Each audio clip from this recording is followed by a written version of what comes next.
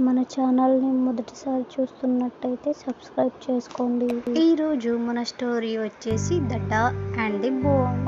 పప్పి అనే ఒక కుక్క పిల్ల ఉండేది. తెల్లగా బొద్దుగా ఉండేది. చూడటానికి ముద్దుగా ఉండేది. దానికి మాంసం అంటే చాలా ఇష్టం. అది ఒకరోజు ఆహారం కోసం వెతుకుతూ ఉంటే దానికి ఒక మాంసం ముక్క దొరుకుతుంది.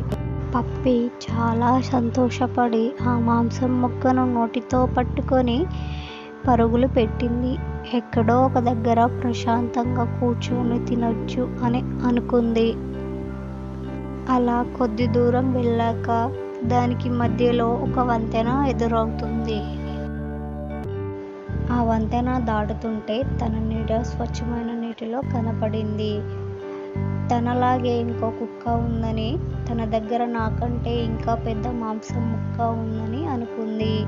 ఎలాగైనా ఆ మాంసం ముక్కను తీసుకోవాలి అని అనుకుంది. నీటిలో ఉన్న ఆ మాంసం ముక్కను కూడా తీసుకోవాలని నీటిలో నోరు పెట్టి నోటిని తెరిచింది. అంతే, నీటిలో మాంసం ముక్క లేదు. పైగా తన నోటిలో ఉన్న మాంసం ముక్క నీటిలో పడి నీటికి కొట్టుకొని పోయింది. దాంతో పప్పికి ఉన్నది పోయింది, ఉంచుకున్నది పోయింది. కథలోని నీతి ఏమిటంటే ఉన్నదానిలో సంతృప్తి పడాలి, అత్యాశకు పోకూడదు.